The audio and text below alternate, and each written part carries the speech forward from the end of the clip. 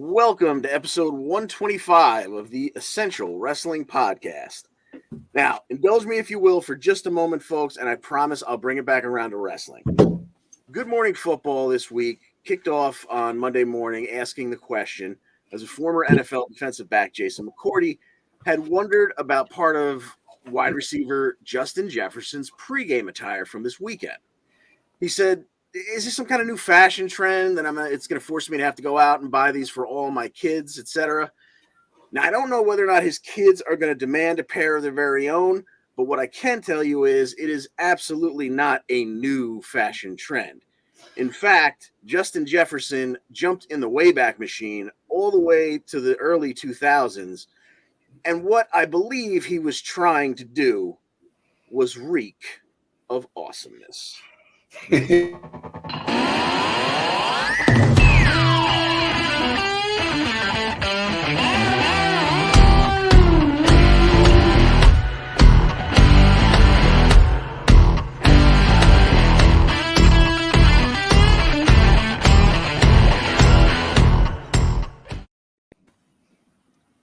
Ladies and gentlemen, welcome and thanks for joining us. I'm John DeConti, keeping the driver's seat warm for our buddy Karl, who's off doing grown-up things, the poor bastard.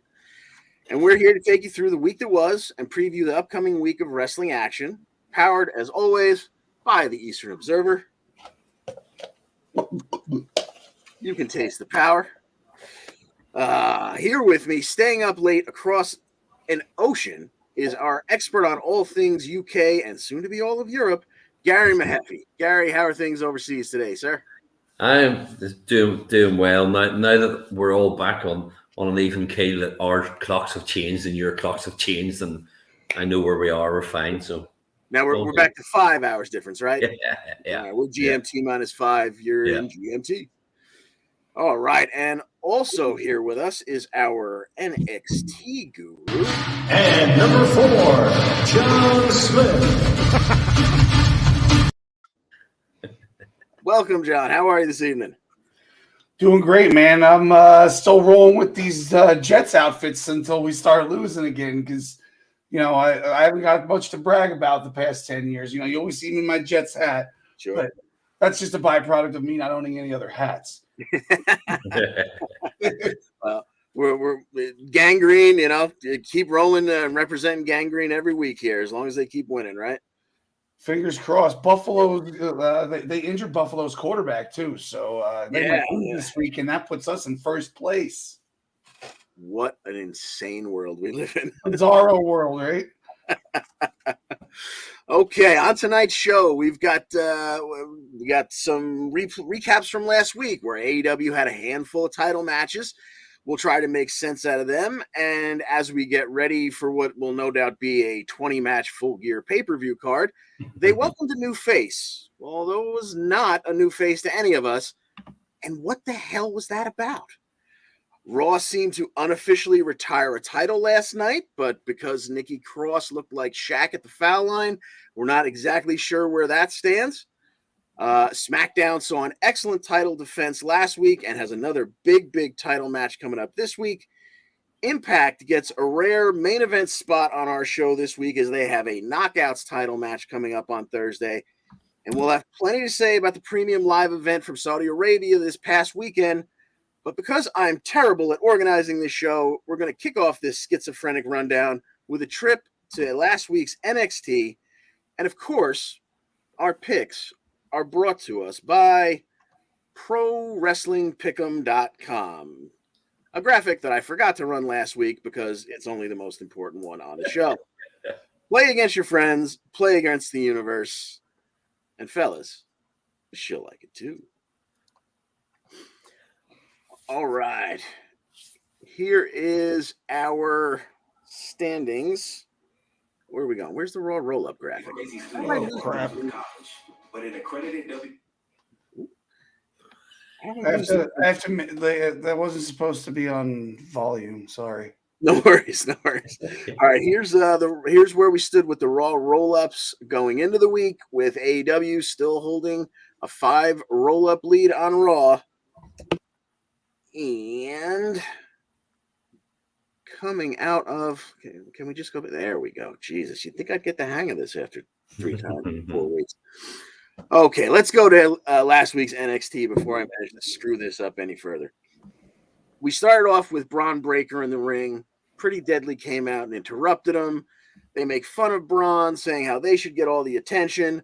Wes Lee came out. All of a sudden, we've got 4 titles in the ring. They start yapping at each other. There's a challenge posed, and that will take us to the main event. Along the way, we had Mr. Stone get in Braun Breaker's face, tell him that Von Wagner's the one man bigger and stronger than him and is going to take his title.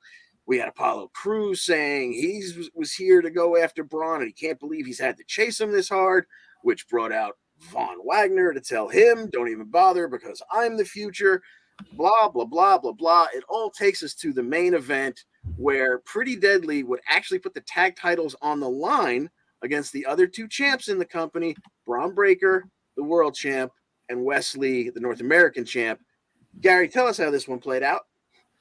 Oh, do you know what? It was great, and there's some stuff in it that just made me genuinely marvel, which I'll get to in a wee second. But you had Kit Wilson and Wes Lee started it off, and there's a bit of back and forth. Braun Breaker hits a moon, comes in, hits his moonsault. Elton Prince with a right hand, but Breaker broke it up, and it must be said he ran the ropes at one point as if he was Nathan Fraser. He ran it so quickly, and he ran into, I think it was Elton Prince. I thought he killed him. Breaker was flying across the ring. At one point, Breaker and Lee had a double Frankenstein or a double Hurricane Rana, sent Pretty Deadly both outside. But as we come towards the end, Breaker had been in, had a double suplex, and he'd kept up. Lee was on the top rope after he'd hit a super kick, but Carmelo Hayes runs in, shoves Lee off the top turnbuckle, and allowed Kit Wilson to roll him up, and Pretty Deadly retained and got the 1, 2, 3. And cha-ching, a Raw roll-up for the folks down there at NXT. All right, and then afterwards, you had Lee taking out Mello, who got involved a little bit. Apollo Crews is watching from a backstage monitor as Von Wagner drops Breaker with a big boot to the face.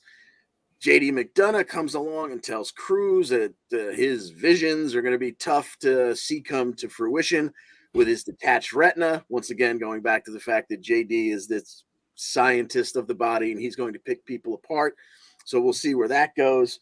But what we do know in terms of JD, maybe he goes to Apollo Crews next.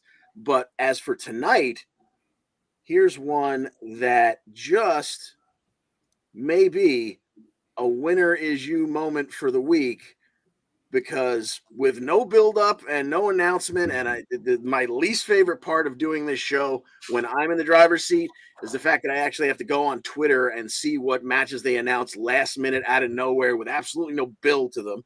But here's one I did not mind finding. We're going to see JD McDonough taking on Axiom tonight on NXT. Gary, how do you see this one working out? I think because we were talking beforehand about some wrestlers who've been in and out and disappeared, and I think that Axiom could do with the win, but I can't see that happening. It's going to be an unbelievable match, but I think that JD is going to take it. Okay, John Smith, how do you see it? Yeah, Smart Money says JD takes this one because he's lost some main event stuff, but this could also be the beginning of a slide for him. Maybe he starts to go a little crazy because he seems to be a little crazy to begin with. Maybe he starts to go insane or something. I'm gonna go with Axiom winning this one. Okay. Yeah, I'm gonna go chalk. I'm gonna take JD, but I wouldn't be surprised, like you said. It didn't get like heated between him and Apollo, but what if Apollo comes out and maybe gets involved a little bit, winds up costing JD the match, and that's how they set up the two of them off to the side while we get maybe Breaker and Wagner, or who knows what's going on in the world title picture there. So, yeah, I'll go with McDonough, but I won't be surprised in the least to see Axiom take it, and as I think we all agree, it's going to be an awesome match. Wrapping up that opening segment from last week, kind of as everyone was leaving after the tag title match was leaving, the discussion that led to the title match, the tag title match. R-Truth made his way out. He had some words the previous week with Waller. They were going to go at it, and this one, I'm sure it was obviously supposed to go a little bit longer. He hit a tope, hurt himself on the landing. He was grabbing for his leg. So Grayson Waller won by doctor's stoppage. Afterwards, Waller got on the mic and told us how he's the most dominant superstar in the company and blah, blah, blah, blah, blah. And coming out of those segments, we will get tonight, the Grayson Waller effect will be back. And do you think this one's going to get a little bit physical? His guests will be Braun Breaker and Von Wagner. Nothing could possibly go wrong there, right?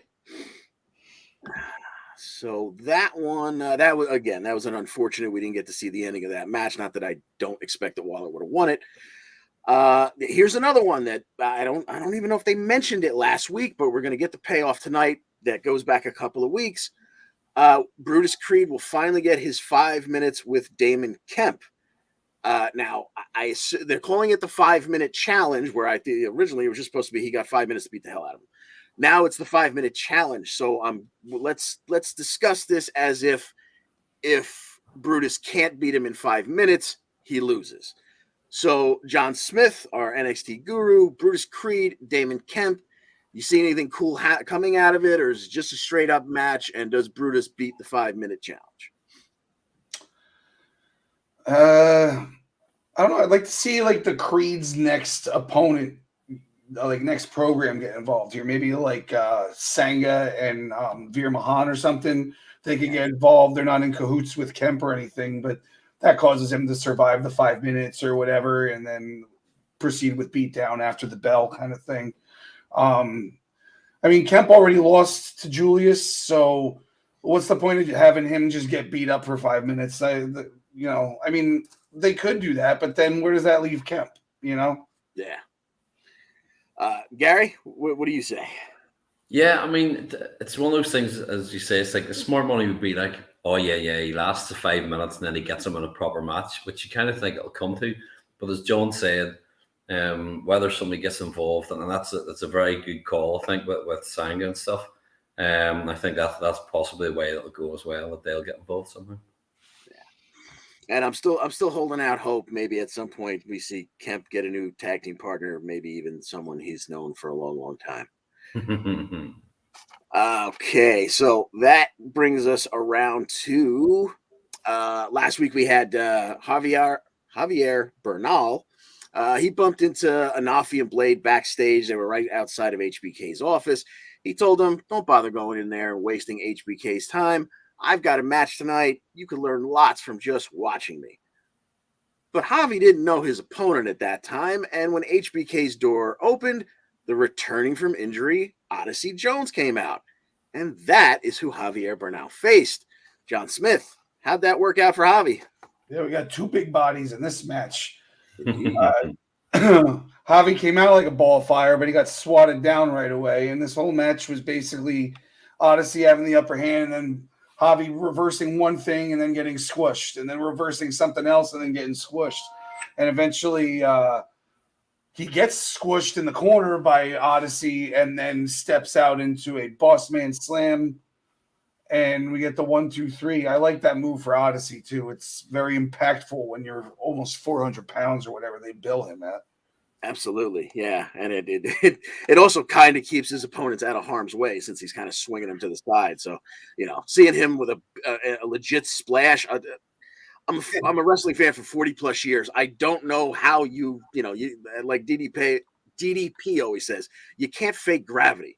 So I always cringe when big men legitimately splash people because, yeah, you may not murder them, but there's no way you're getting out of that without a little bit of pain. All right, moving right along, we had Schism have a sit down with Vic Joseph. Little Missy Rock, Ava Rain, said she chose to join because they showed they cared. Then we cut to Cameron Grimes on social media saying it's a shame that Ava was brainwashed. Back to Ava, she absolutely disagreed and said that Grimes will pay for his words this week when he faces Joe Gacy for the last time. And they put a lot of emphasis on that. So Is he going to get a super duper beatdown and then get sent to the main roster? Or is there going to be some kind of, I don't know, indoctrination, brainwashing, and he becomes part of the group? Either way, we've got Joe Gacy and Cameron Grimes tonight. Gary, how do you see this one working out? I do think you're right. There's been a lot of rumors about him heading to the main roster, Cameron Grimes, and as you said, like a big beatdown to send him on his way would be good. But my only thing is, if they do the big beatdown, then the payoff for that is him coming back to fight him again. But I do think I can see Joe Gacy win it though, and they almost sarcastically wave him out as he walks out of the performance center. So I'm going to go with Joe Gacy. All right, John Smith, what say you? Yeah, I'm gonna go with Gacy also. I hope they don't bring Grimes up just yet. I think he's got unfinished business on the NXT side of things. You know, that world title I think belongs on his resume before he makes it up to the main roster. You know, he's kind of like, to me, he's kind of like the new like Johnny Gargano or the new Sami Zayn, like the new like fan favorite underdog type guy that, you know, I think he should eventually get that belt so everybody can have their moment, you know? I 100% agree. I really want to see him hold that title. And, you know, had they started moving this title along like I thought they were going to, there would be plenty of room for him. But I don't know why they're dragging their feet with both of their big titles. But that's a story for a little bit later.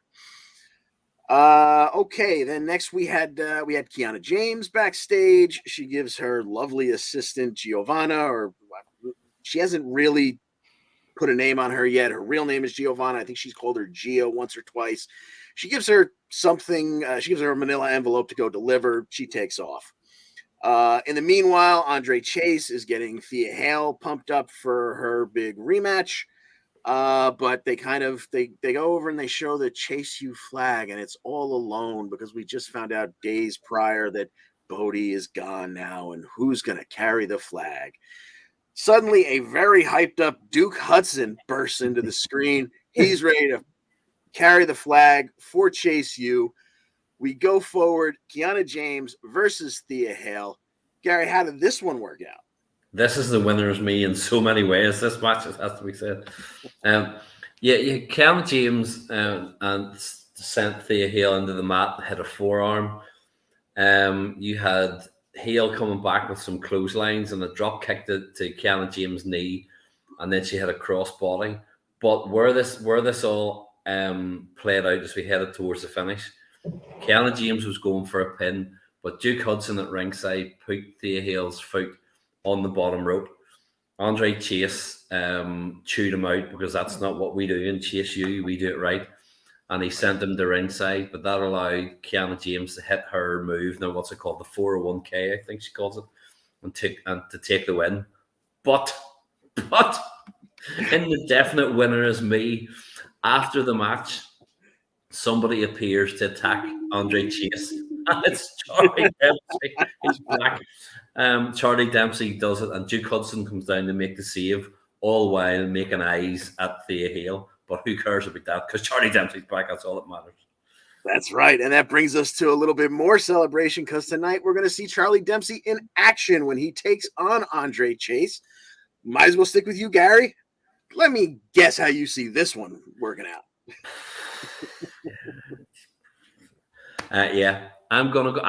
Charlie Dempsey's gonna take it. I do think it will be because Duke Hudson will do something accidentally stupid again towards the finish of it. But yeah, Charlie Dempsey will take the win. Okay, John Smith, are you going to jump on board with the Chase U just to put you and Gary at odds like you seem to love to be? Not this time, no. We're going to definitely get our entertainment off of Andre Chase during the match, but I don't see it going very long. I don't think we're getting a 12-minute banger out of this one. We're looking at like 3.5, 4 minutes. Chase gets his stuff in and gets beat up otherwise. There you go.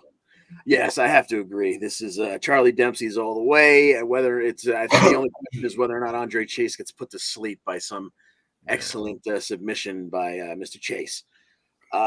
Just tacking one last thing on to the end of that, Josh Briggs, Brooks Jensen, and Fallon Henley are hanging out backstage with Mackenzie, and they're interrupted by Kiana James's assistant, Giovanna, whatever you want to call her. Whatever that envelope was, she delivered it to Fallon Henley. Henley looked at it, kind of chuckled about it. To be determined. We don't know exactly where that one's going. Toxic Attraction came to the ring. Mandy had her 1 year anniversary of her title reign. Blah, blah, blah. Put some respect on her name. Blah, blah, blah. Ring fills with smoke.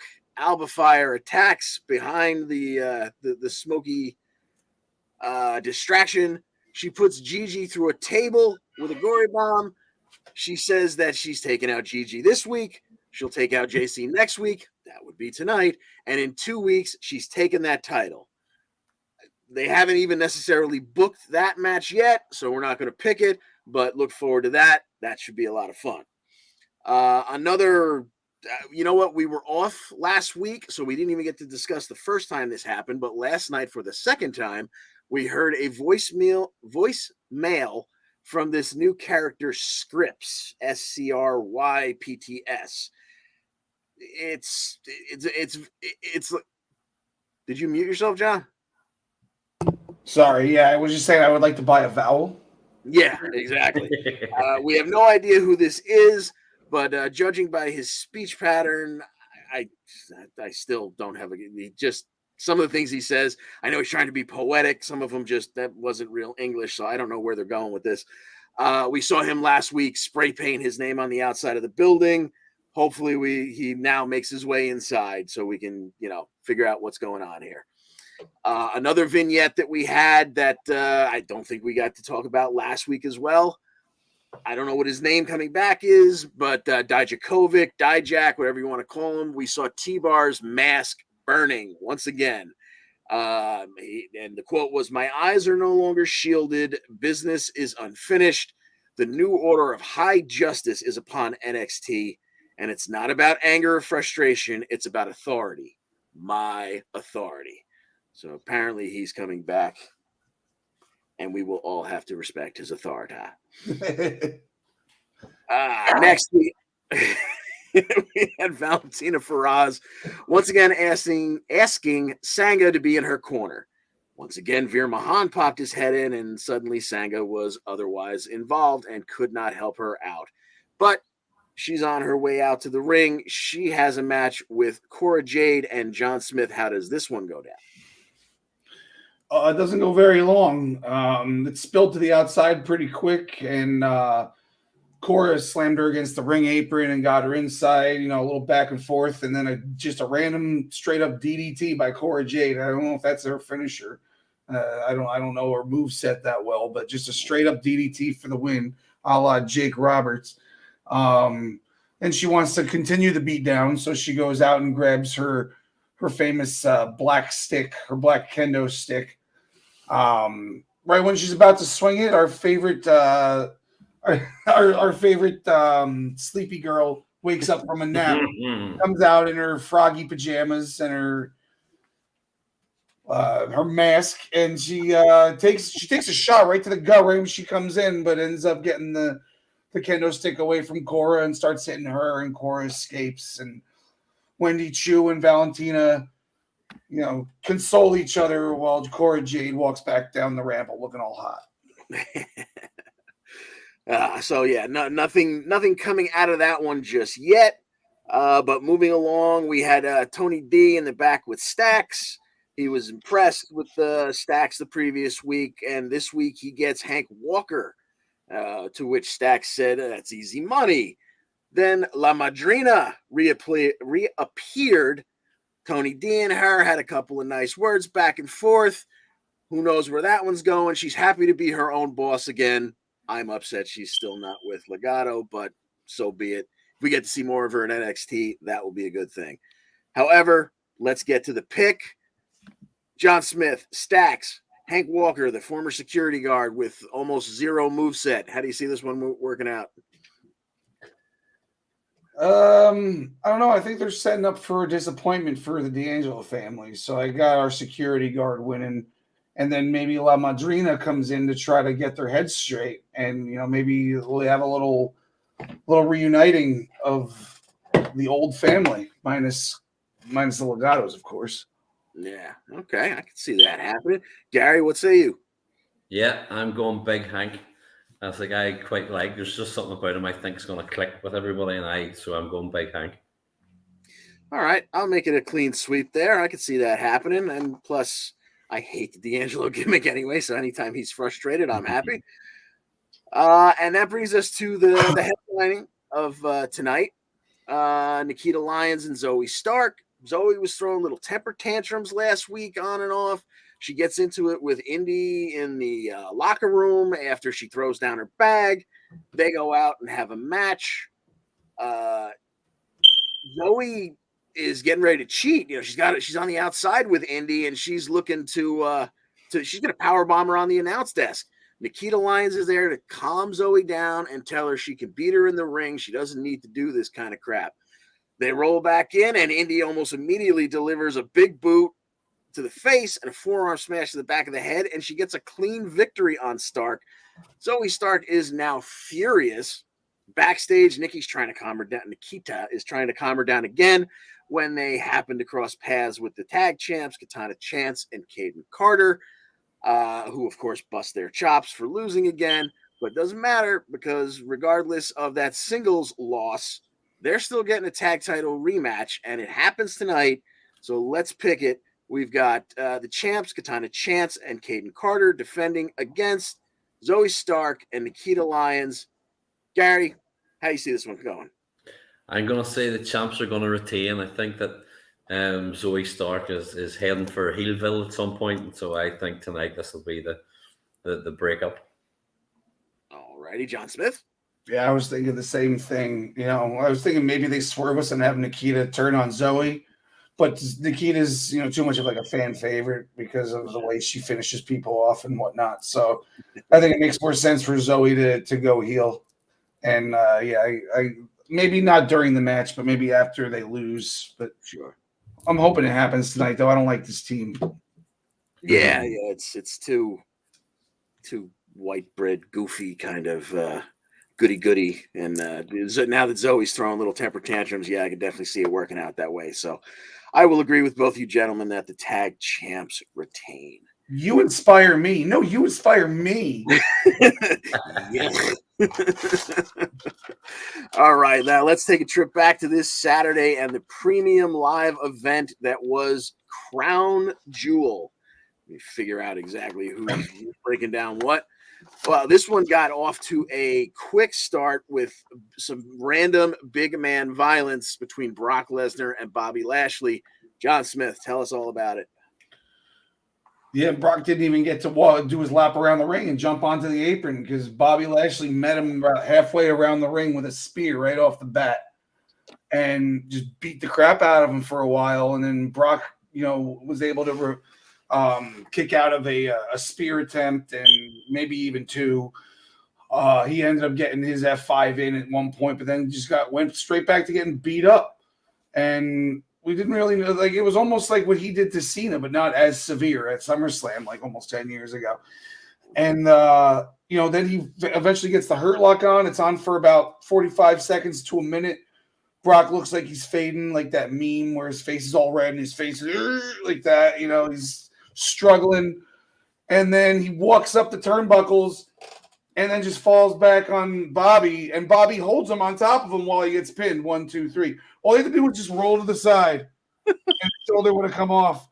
Brock wasn't putting any weight with his feet, nothing. It was pretty lazy. I feel like Brock should have flipped backwards or something, but maybe he doesn't have the ability to do that anymore in his older age. But Brock gets the victory, but he comes out looking like a loser in the long run. Yeah, you know, it's amazing. I was having a back and forth with our buddy Al on this one. We know what they were going for. They were going for Roddy Piper and Bret Hart and a flip back and, you know, the shoulders on the mat. So maybe Brock is just too big for, you know, to roll back like that. He's just not limber enough.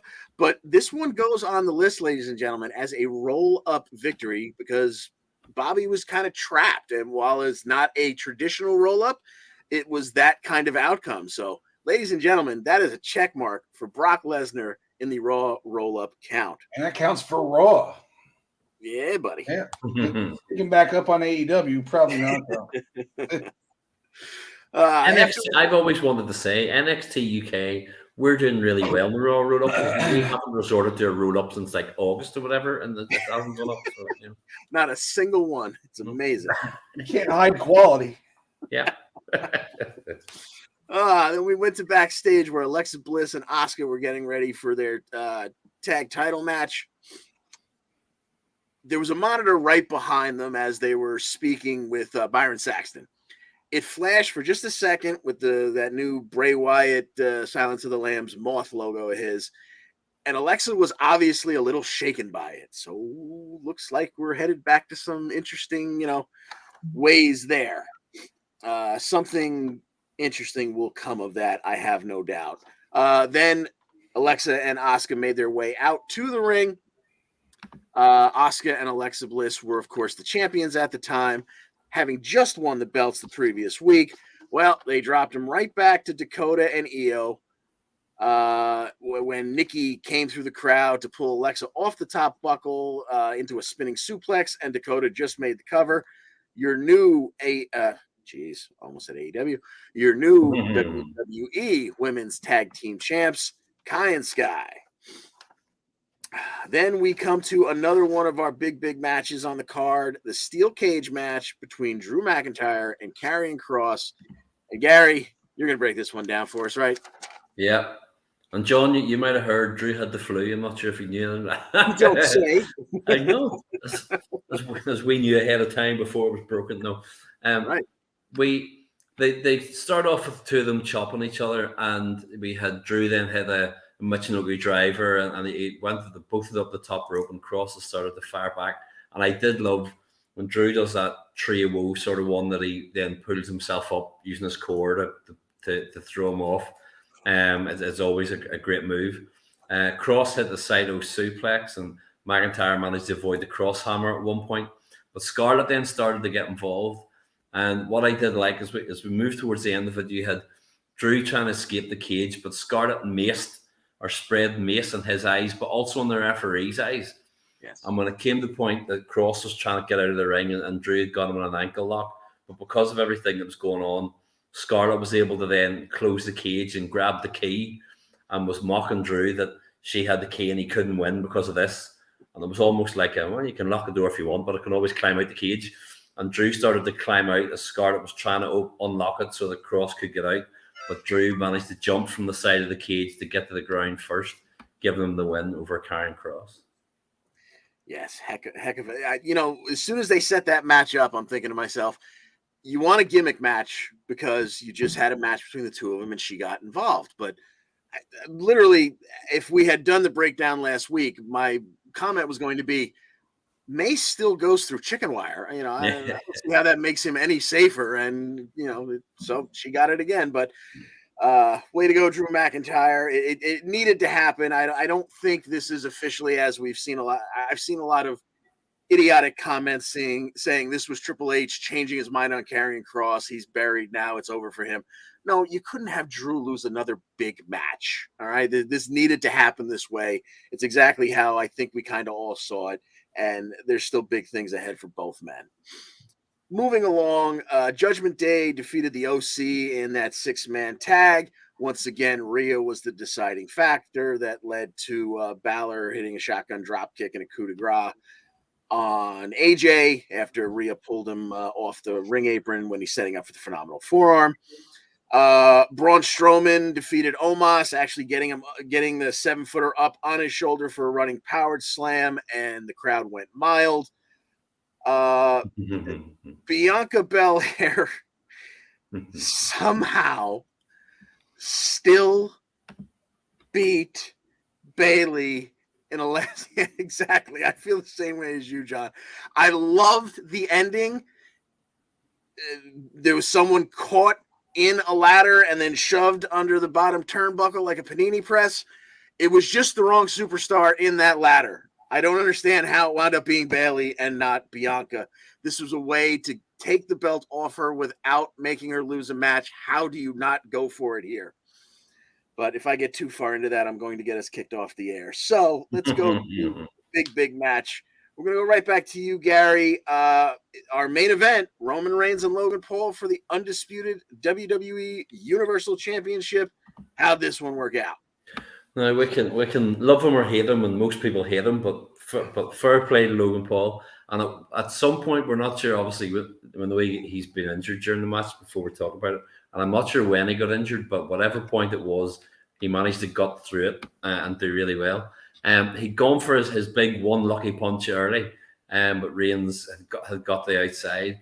He showed his athleticism. He did a good leapfrog and a hip toss, but then very much hit a perfect buckshot lariat on Roman for the near fall. At one point, Logan Paul hit the Superman punch and got the crossbody, and then a standing moonsault for another near fall. And then, if the Spanish announce table had been there, it would have been the Spanish announce table, but obviously it wasn't. It was the Arabic announce table, I think, that Logan Paul cleared and did from the top the Shane McMahon splash crossbody onto the table, but he did it while taking a selfie, and I've watched it, and the video looks amazing.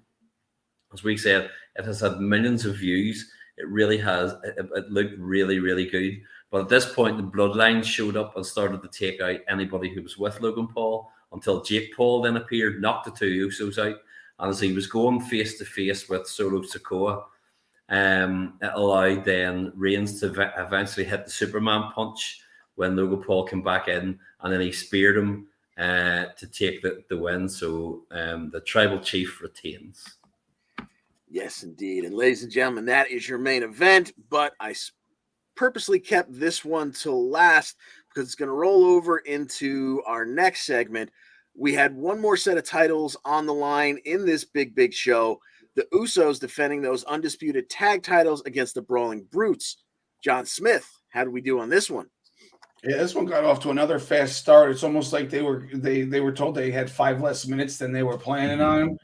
Because we got I forget what the move was, but a big move by Butch, right off the bat, and it just fast forwarded the match into okay, the guy's already beat up in the ring, and now we got to start getting our double teams in. But from there, it just it was chaos. Lots of double teams, lots of Butch getting his butt kicked for a good 5 minutes before Ridge Holland came in for the hot tag.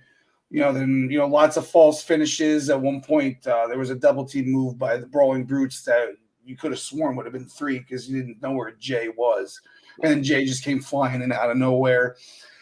Excuse me, I lost my voice on Sunday at the Jets game. So then, eventually, we get a double splash by the Usos, and Ridge Holland comes in for the save.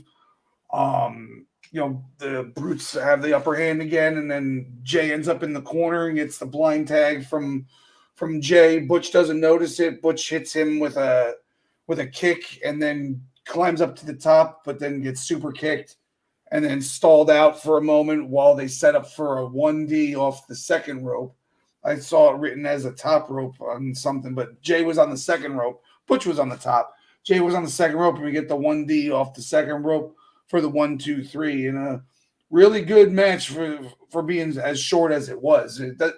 I saw in your results it was only 11 and a half minutes or so, and it did not feel like that. It felt like a 15-minute match. So but whatever if they cut anything, they cut the right parts. Yeah, exactly. Yeah, because you usually get your 5-minute feeling out period, and then you go into your sprint. And like you said, this match was the sprint right from the start. So. Hell of a match, and we knew as of last week, we know that the Usos now are coming up on that magic number. The magic number used to be 478 or 479 for Demolition. It was surpassed by the New Day. The new number is 483. When we get to SmackDown this Friday, they won't be at 483, but if the Usos get past that day, by the time they have a chance to wrestle again, they will. So, Friday, the New Day will be fighting for their legacy, their record, and the Universal Tag titles. Gary, we're going to get you out of here on this because I know it's late where you are. Just help us make this one last pick. Who do you see walking out of Friday's SmackDown with the undisputed tag titles? I always thought that it would be good for the New Day to kind of be the ones that beat them and do it and stop them breaking it. But I think when you've come this far, I'm going to say the Usos are going to win it. Whether the Viking Raiders or whoever get involved at some point, maybe, but afterwards. But I do think that the Usos are going to take it. Okay, John Smith, how do you see this one going? Yeah, I see it happening the same way. Maybe even a victory by the New Day that gets reversed by a second referee or something. Something real crazy like that. But yeah, I got the Usos coming out on top. The dusty finish, as it's called in the biz. Yeah. Very nice. All right, since it's not for points, I'm going to lay out a scenario for you again that's going to have me going kind of the other way. Excuse me. Once again, I'm going to give the WWE a way out. You know, they've got a pretty decent tag division now. There was a point where we were down to like 5 tag teams in the whole company, and it made sense to unify those titles. You brought in Legato, you brought in Hit Row. There's rumors of, who was it, Shelton and someone. Oh, well, it was Truth, but he got hurt. But you know, you can have 2 tag team titles now, I think. And if they want to do that, you take this opportunity to let the New Day win and, you know, hold on to their record. And then the New Day could come out the next week on Raw and say, like, we're not going to, you know, disappear with these titles and only defend them once a month or whatever. We'll defend the Raw titles on Raw. We'll defend the SmackDown titles on SmackDown. Then you have the Viking Raiders come in, wipe them out immediately and take the Raw titles. And quite frankly, I don't care if the Usos take the SmackDown titles right back the next week. Then at least you've got the titles separated again. So I'm going to say that New Day, and kind of, I think it's also kind of a tip of the cap to the fact that, unfortunately, we may never see Big E again. So give him this one thing. He holds on to that record. So I'm going to say that the New Day take the tag titles. Would I be shocked to see the Usos retain? 100% not. All right. Gary, thank you so much for staying up late with us. We're going to bid you adieu at this point, and till next week, sir. Yes, I shall see you then. Have a good rest of the night, and I shall look forward to watching Charlie Dempsey win tonight. Oh, Charlie. Say hi to Wendy Chu for me in Dreamland. So, there's rumors of her coming up to the main roster. I think I might just give up watching wrestling at that point. And take up watching an easy sport like American football or something. See you next week, Gary. Yeah, later. All right.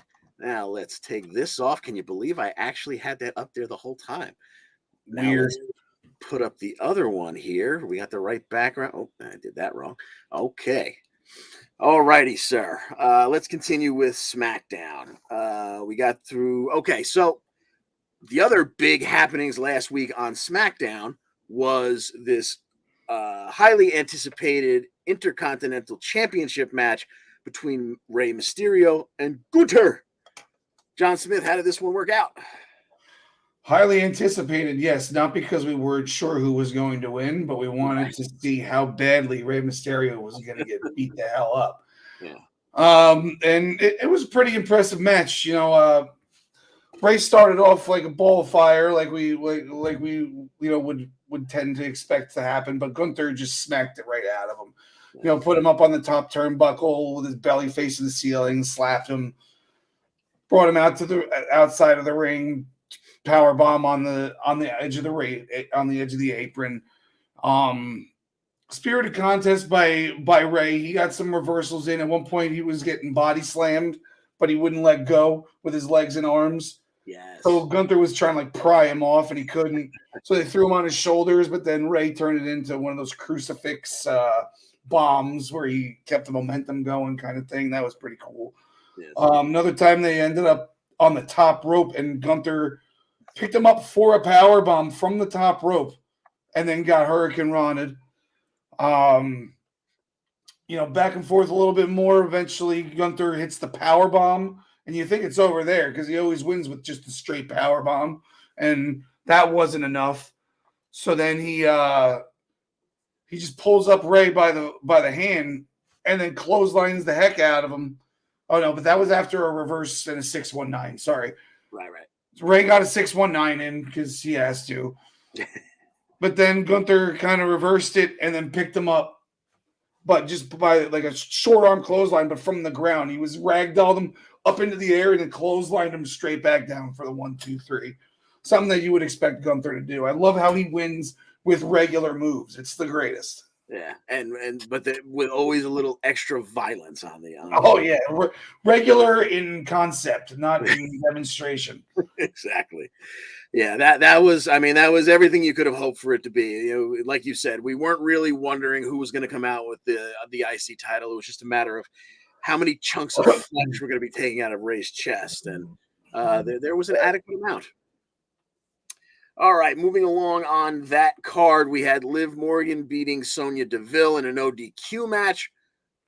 When Sonya powerbombed Liv into a pile of the steel chairs, Liv recovered and eventually hit Sonya with the Oblivion into the same pile of steel chairs for a 13-minute, 44-second win.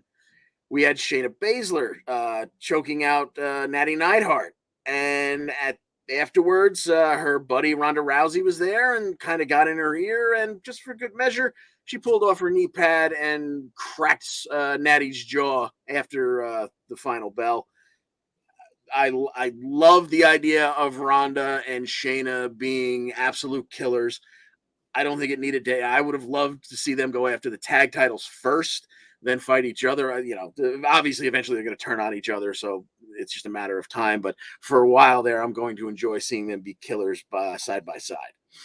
I'd like to see them be like 2-year tag team champions. Like, yes. In reality, nobody could be that duo. Yeah, 100%. That yeah, Hunter, we're helping you book here, buddy. Come on, just listen. This is free advice. All right, then we had another interesting match. Our old pal from NXT, LA Knight, he took on Ricochet, and his undeniable Kavorka caused some trouble before the match. John Smith had to work out. I'm sorry, it was LA Knight, and who was it? Ricochet. Oh, okay. I forgot that I was going to be going over this, so I don't really honestly remember how it went. I know that LA Knight ended up winning because that's what matters the most. But unfortunately, I don't have a synopsis for you on this one. No problem. You know what? I might have that might have been the one I was gonna send to you, and I was gonna give to you, and then I never scratched it out after we switched on the fly in pre-production. So let me give you a little bit. Ricochet attacked Knight before the bell because Knight was kind of making eyes at the ring announcer. What the hell is her name? Samantha Irvin, who is Ricochet's girlfriend, apparently. And I guess last week she screwed up LA Knight's where he came from, wherever he's being billed from. So he was kind of like talking to her ahead of time and pissed Ricochet off. He went after him. And they went back and forth for almost a good 10 minutes. It was a really good, fun back and forth match. Ricochet hits the O'Connor roll. Knight uses the tights to reverse it. Then, still holding on to the tights with one hand and the ropes for the other, he gets the cha-ching roll-up victory, and LA Knight gets a W. And we move along. We had Emma backstage talking to Megan. Xia Li interrupted to tell Emma she was weak, so Emma hit her upside the jaw with an elbow strike. Coming this week, we're going to have the first ever SmackDown World Cup, but it's kind of also the same stupid Best in the World tournament that Shane McMahon won. Looks like that same cup there. So it's supposed to be an 8-man tournament, and they've even they didn't really tell us anything about it, but in the commercial, one of the people that they show is Gunther. So I don't know if the winner's going to get a shot at the IC title or if Gunther's going to be in the tournament, but I guess we'll get some more information on Friday. Maybe it's maybe people are going to be representing country. Like there might be only one American in there, and then etc. This just sounds like King of the Ring. Otherwise, yeah, exactly. So King of the Ring something else. Yeah. And giving us no information going into it isn't really helping, but sometimes that's just what the WWE the way the World Cup usually works, like soccer World Cup is like you're in groups and then you play each other, and then you have a record, and then the best records in each group go up. I would love to see. I know they do that in like Japan or something like that. Yeah, that's what's that, the G1 or whatever? Yeah, I'd love to see them do something like that. It's just like that's such long-term booking, and with all the injuries that happen in wrestling, it's like I get why they don't, but I would love to see like a 3 or 4 month series of just like all matches that mean something towards one common goal, you know? Yeah, you could do that right after WrestleMania and have it, lead to the payoff at SummerSlam. Because Exactly. like, okay, you're not going to do it now leading up to Survivor Series. You're not going to do it in between Survivor Series and the Rumble, and you're not going to do it on the road to WrestleMania unless maybe there's a title shot attached to it. But in that dead period where you get, the future endeavors and some of the call-ups right after WrestleMania, that'd be a perfect place to do it. Word. Anywho, so that's going to start this week. And the one other match we have to pick, once again, came out of just kind of a promo. We had Legado sitting down. Santos said that he respected Shinsuke Nakamura, but after Shinsuke decided to join Hit Row and face Legado, well, now Santos has no choice but to make an example of him. John Smith, what do you see it? How do you see it playing out? Santos Escobar and Shinsuke Nakamura. Too soon for Santos to be losing a match like this solo. I know they lost a 3-on-3 tag match already. So yeah, obviously they're like Zelina will get involved, and the other two Legados at the same time. But yeah, I got Santos winning here. Yeah, I agree. It's like you said, too early. You just they still got that new call up stink on them. All right, that's going to do it for SmackDown. We'll roll forward to Raw, and let's see if we can make any sense out of this. All right, so we already talked about the fact that we know that the New Day and the Usos are going to go at it on SmackDown last night on Raw, just to get us nice and primed for it. Yeah, this one was mine, not yours, so I could fast forward to it. We got the Usos teaming up with Solo. Because the New Day were telling them how they built their legacy on their own and not on their family dynasty, which, of course, the Usos took offense to. And for some reason, Matt Riddle had to come out and get involved, him and his bongos, or his bong, as he likes to refer to it on TV for some reason, so we can all get a nice giggle. They had a 6-man tag match where Solo Sikoa made an ingenious blind tag and stayed off the apron until it was time. Riddle hit an RKO on Jimmy, but Jimmy's not the legal man anymore. Sikoa comes in, hits the spinning Solo. It was an almost 21-minute match. It was really, really fun match. And the Usos and Solo Sikoa won the match. And they're headed into their big title match this week on SmackDown. All right. Now, like I said earlier, I know you're not the biggest fan of Seth Rollins, but Seth Rollins was all over this Monday Night Raw this week. He started out telling us about he was coming out for a U.S. Open Challenge. The Judgment Day came out. Finn kind of got in his face like he was going to accept the challenge. But then the OC came out. Suddenly, within a couple seconds, we realized it was Finn talking to AJ, and Seth said, well, it looks like I'm not needed here. And he just kind of ducked out. So backstage, we had who's the really hot one back there? Kathy Kelly ran down Seth Rollins, and he said, "Oh, don't worry, the Open Challenge is still going to happen." Meanwhile, Judgment Day are going at it with the OC, and finally, we found our perhaps answer to the Rhea Ripley problem. Mia Yim made her surprise return to kind of unofficially join the OC. So now at least we've got 4-on-4. We've got one woman to take care of the other woman. We'll see how that works out. Then Seth comes out later in the show. This is going to be the main event. Once again, he's having that Open Challenge. And Mustafa Ali tries to accept via the Tron. But somebody else had a different idea. John Smith had this one work out. Yeah, a very pissed off Bobby Lashley had a different idea. So he beats Ali out of the way. He comes out. He's not even done posing in the ring. His music's still going. Seth Rollins is sitting there with his stupid fur coat. And Bobby goes to go up to pose on the second rope, but instead turns around and just starts beating the crap out of Seth. Tosses him out of the ring, beating him all over the outside. Seth, has a nice little comeback for a second just to make himself not look so weak. But Bobby just beat the crap out of him all over the place. So, ran him into the post a couple times, spear, whatever. And then we go to commercial after a spine buster through the announce table. So when we come back from commercial, the first thing you hear is Austin Theory is cashing in his money in the bank on Seth Rollins. What? Isn't that contract for a world championship match? Isn't that what they always call it? It's usually the gimmick. Audible that they want to go for. I like the idea of the NXT thing. Yeah. Him going back to that roster and dominating down there for a little while. This, I don't know so much. So Theory comes out, cashes in his money in the bank. Seth Rollins gets in the ring. Bellows, forearm right to the back of the head. Judas effect, if you will. I won't. 2 count. Then we get not the 8-town down, but one of his other signature moves. And we get the 2 count.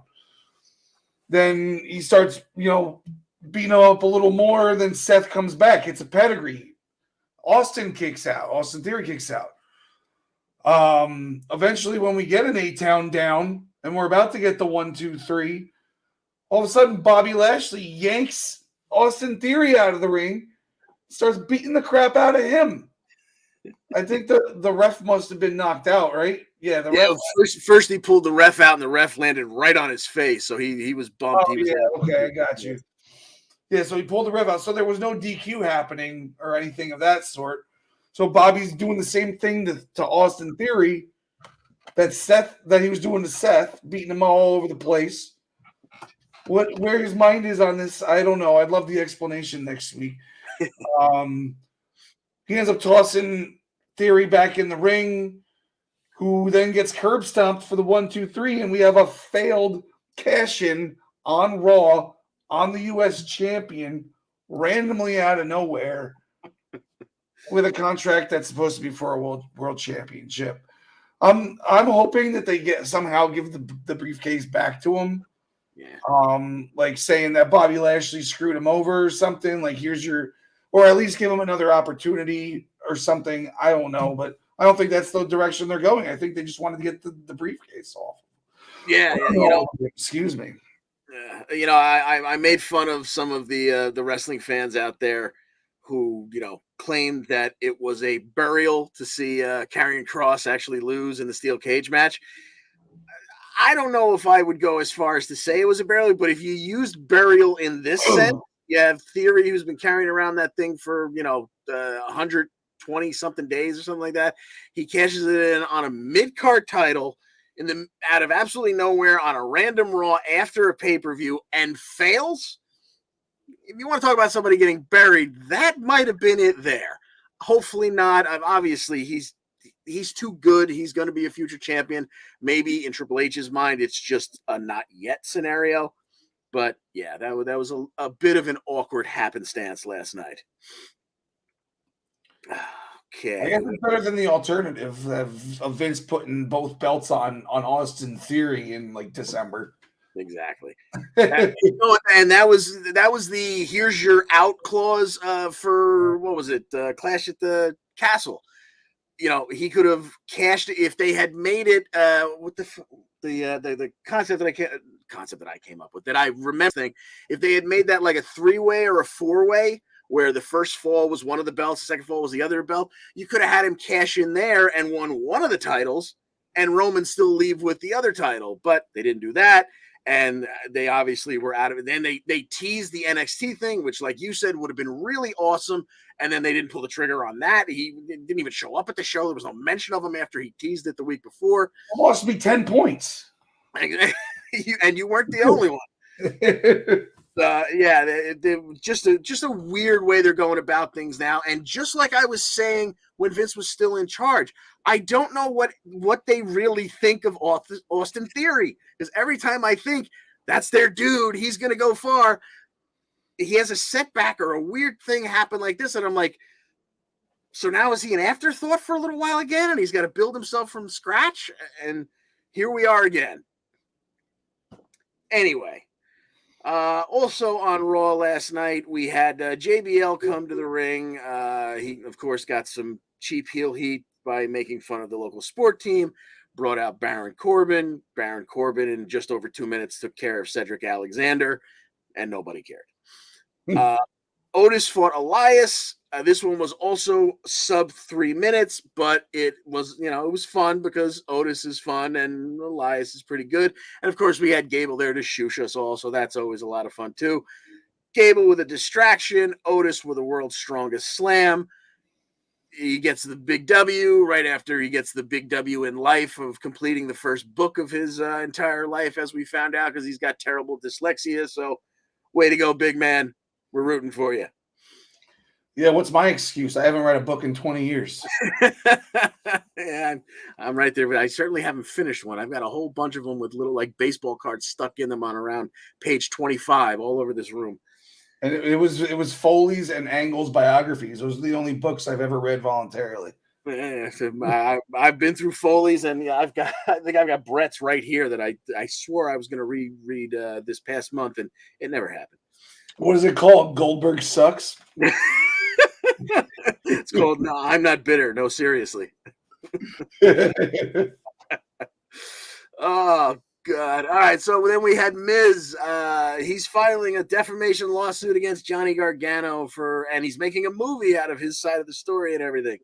Well, Gargano came out and put a stall to that because the movie producer that Miz thought he was meeting with, that was actually a private investigator hired by Johnny Gargano to get Miz on tape admitting to every dirty thing that he's done to Dexter Lumis, and he did exactly that. So Miz got made a fool of. They go forward, and they have a match. John Smith, Miz, Johnny Gargano. Did you see this one? What'd you think of it? Yeah, Miz and Johnny was a good match. It went a good 15 minutes. What ended up happening? Where the hell are we? The end of the ring stuff. Come on. My computer's being a weirdo. Okay, so yeah, Miz gets pulled under the ring at the end of the match. They went back and forth for a while. He gets pulled under the ring, and he comes back out with some sort of tool that's used to tighten the ropes or whatever. Yeah, the turnbuckle. To tighten the turnbuckle. So the ref's checking under the ring, and Miz smashes Johnny in the head while he's reaching over the top rope to get Miz back in the ring. Hits Johnny in the head and gets the 1, 2, 3. The ref obviously didn't see it because he was checking under the ring. So it seems like Miz didn't get pulled under the ring. He slid himself under there. He is an evil genius. But then he got a little bit of comeuppance as he was backing up the ramp and talking smack to Johnny Gargano as he's backing his way towards the Titantron. And that's when Dexter Lumis did actually appear, smashed him with a chair across the back, and sat down for a minute just to kind of sit over him and, give him that FU look. And then security came out, so Lumis had to, jump the barricade and take him. Because technically he's still not employed, right? Exactly. Yeah, we forget these things sometimes. Every once in a while, I'm like, why is he running away? That's right. He doesn't have a job, technically. Oh, God. So the only other thing that really happened on Raw that was really awkward, and again, I'm gonna lay out a scenario for you here that I thought was unfolding in front of us, and then I was proven wrong almost before I could type it. Bianca Belair, Asuka, and Alexa Bliss are in the ring. Bianca calls out damage control. She gets them. Io and Asuka have a wicked war of words in Japanese, so we don't have any idea what was said, except for the fact that Io punctuated it by calling Asuka bitch. The brawl starts. They're back and forth. The good guys kind of get the upper hand at the end, and Bianca says this isn't over. This is war, and it's ending at War Games. At that point, Nikki Cross comes out. She jumps Bianca. She helps Damage Control end the segment with the upper hand, with the good girls all kind of laid out. And Bayley grabs the mic and says, "See you at War Games." And I think right after that segment, we find out that Damage Control backstage is they're talking to Nikki Cross, trying to get her to join the team. Like right now, at this point, she's just jumping whoever she sees fit. They're trying to pull her in. So that would be 4. There's 3 on the other side. Candice, who got jumped a little while ago, would make an obvious 4th. War Games is usually 5-on-5 in the WWE universe. But in the back of my head, I'm saying, you know what? For the longest time in WCW, where it originated, it was 4-on-4. And then we find out in the next segment that Nikki Cross is facing Dana Brooke for the 24/7 title. Saying, okay, here's where we finally get the title off Bianca. Nikki's going to take the title, which she did. Now there are 4 belts in play. So you can have everybody go into War Games and say the winners take all the belts. So you can get the belt off of Bianca, the tag titles can stay with Damage Control, and Nikki can hold on to the 24/7. Not that anybody cares about that title. But no, backstage right afterwards, we get Nikki walking through the bowels of the building, staring up at the lights like she's in a trance. And as she walks past the garbage can, she dumps the belt. It misses the garbage can, but I think the intent was there. I think we saw the retirement of the 24/7 title last night, and that makes me just a little sad. A little sad because we don't get the R-Truth stuff, but you know what? R-Truth might find it in the garbage when his knee is healthy. You know? Very true. And isn't that how Midian became European champion? I think you're right. Yes, very good. So there's always that chance. And now that unfortunately Truth is hurt, it'll be a while, and it'll probably be just long enough for us to completely forget about Nikki missing the garbage can for Truth to bring it back. All right, so that's it for Raw, and moving forward, Survivor Series is a couple weeks away on the 26th. All we really know right now is that, and it's not officially booked, and we don't know all the members, but we have in our heads, we have Damage Control, presumably, and Nikki Cross going in there against Bianca, Alexa, Asuka. We kind of think Candice, but we don't really know. And even at that point, like we just got through discussing, that's still only 4-on-4. WWE usually goes 5-on-5.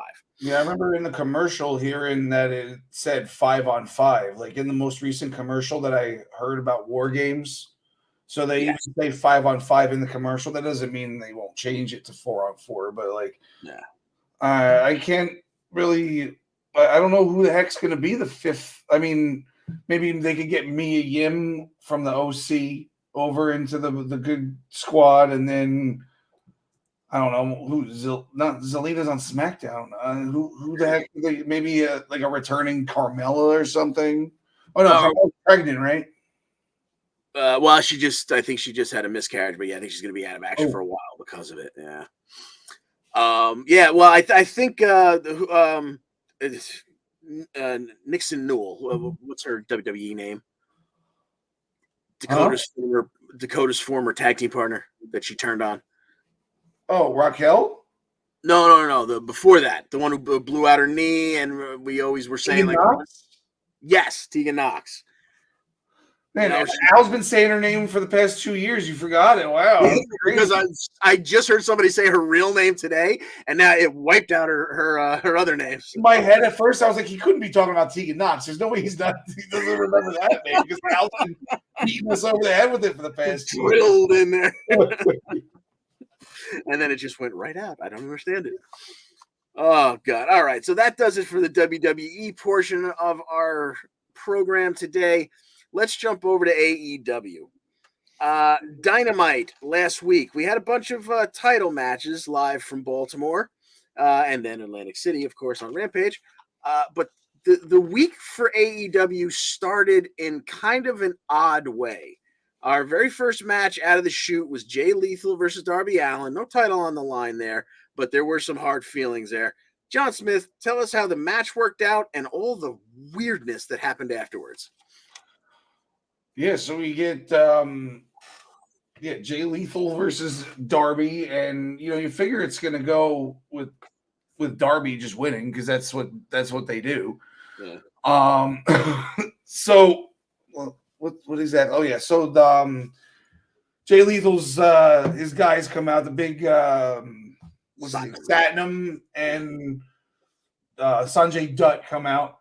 And Darby ends up diving through doing a tope suicida or whatever, and just bounces off of Satnam. Like he didn't budge. nothing. But that just gets them tossed from ringside, even though Darby attacked them. So then Sting comes out, but it's not actually Sting. It's somebody in a mask, and it's revealed to be after he costs Darby the match, and Jay Lethal wins. It ends up being Cole Carter, and I'm just like, who the heck is that? Which I felt was very AEW to me. But then they saved themselves a little bit by like giving you a swerve that's like, who the heck is that? And then all of a sudden, Jeff Jarrett is standing behind Darby Allin with a guitar. Darby turns around and gets smashed over the head. There was plenty of baby powder inside of that thing. And just laid there for a good 5 minutes while Jarrett cut a promo over his dead body.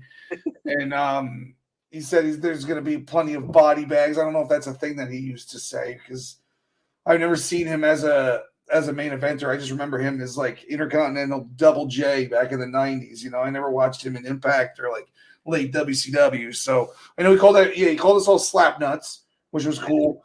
And he made fun of the AEW fans, which I was down with because they're what's ruining the internet wrestling community. But other than that, like, why is Jeff Jarrett back? He looks in good shape. Is he here to actually wrestle? Like, now that he's a Hall of Fame, 2-time Hall of Famer? And this is my thing with this scenario. If you're going to bring Jeff Jarrett and the decades of information in his head and the fact that going all the way back, his father was a promoter before him. If you're going to bring him in for his wrestling knowledge and the wealth of it that there is, I have no issue with that. In fact, it might be genius. It might be what you need backstage to kind of help some of the madness that's going on back there. What the hell are you doing putting him on television in front of a camera and getting him involved in a major angle? Talking about how his family's fingerprints are all over the start of AEW and this, that, and the other thing.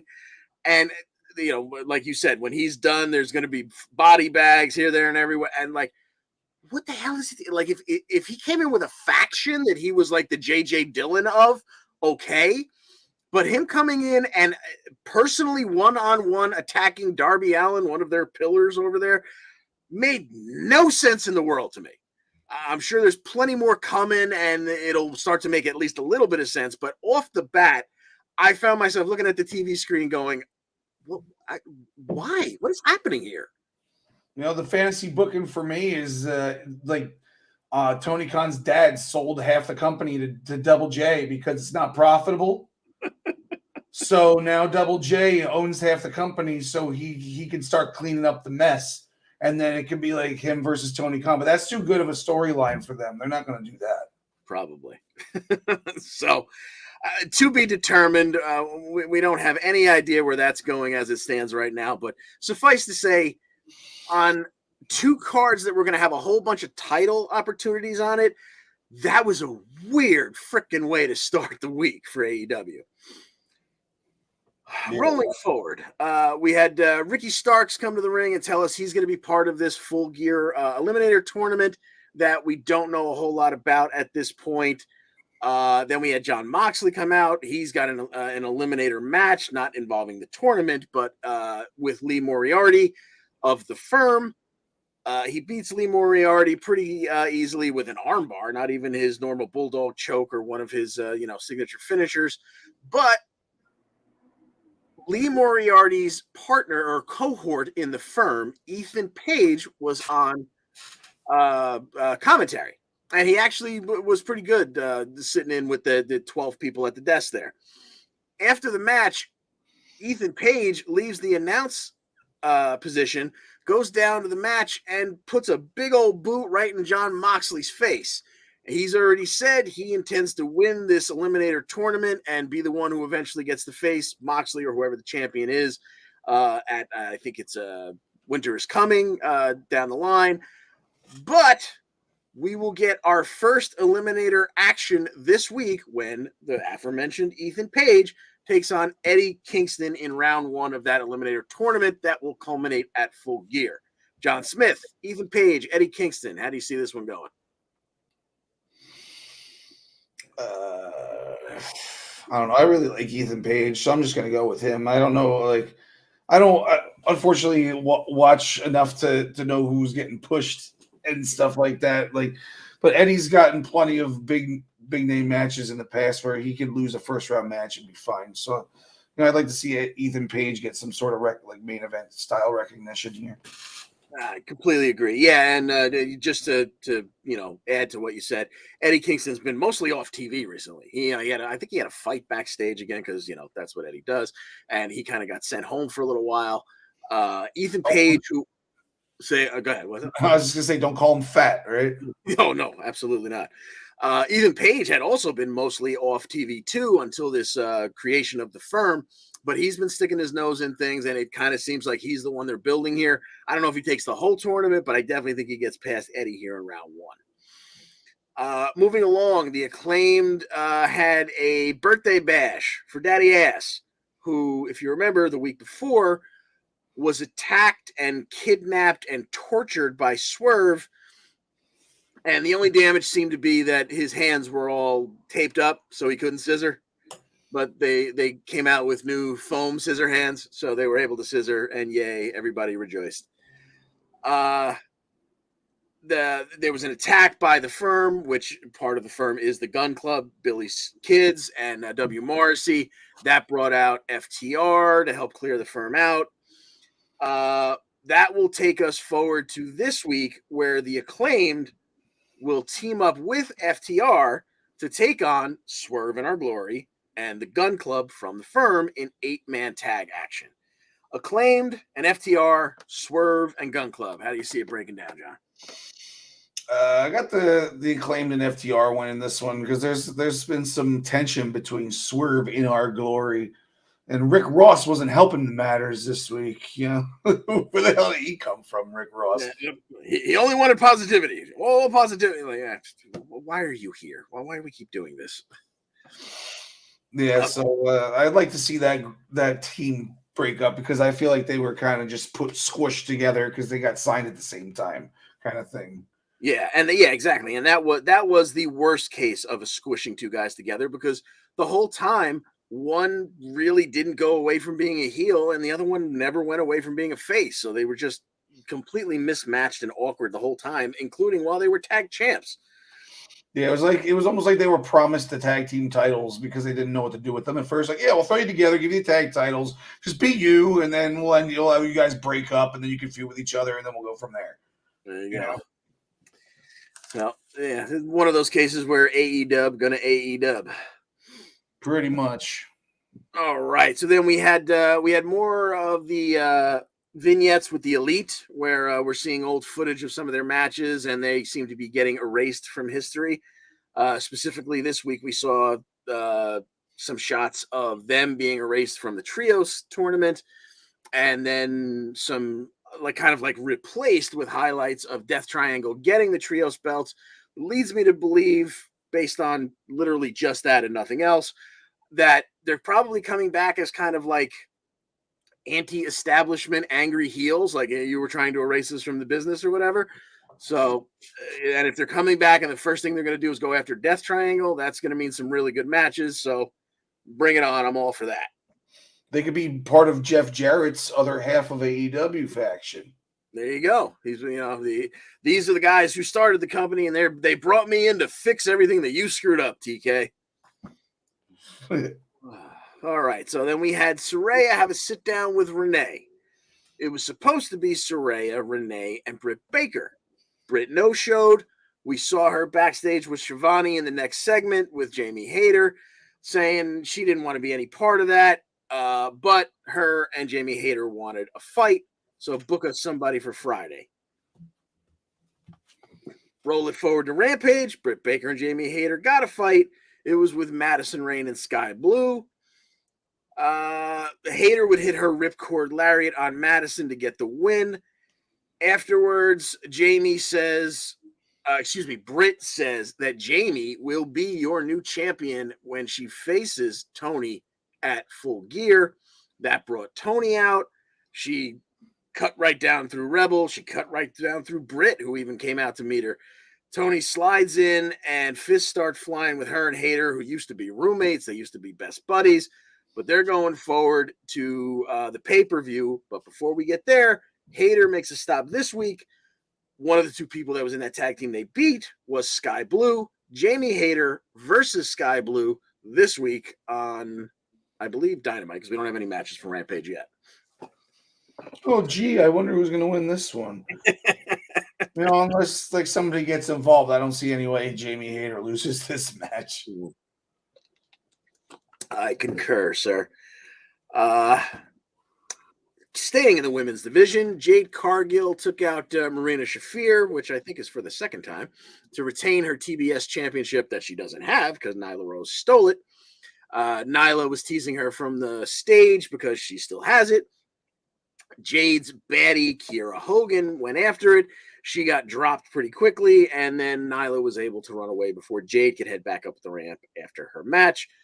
Rolling that forward, I imagine that's what we're going to see at Full Gear. The one really, my favorite moment probably of the week for AEW had nothing to do with anything that happened in the ring.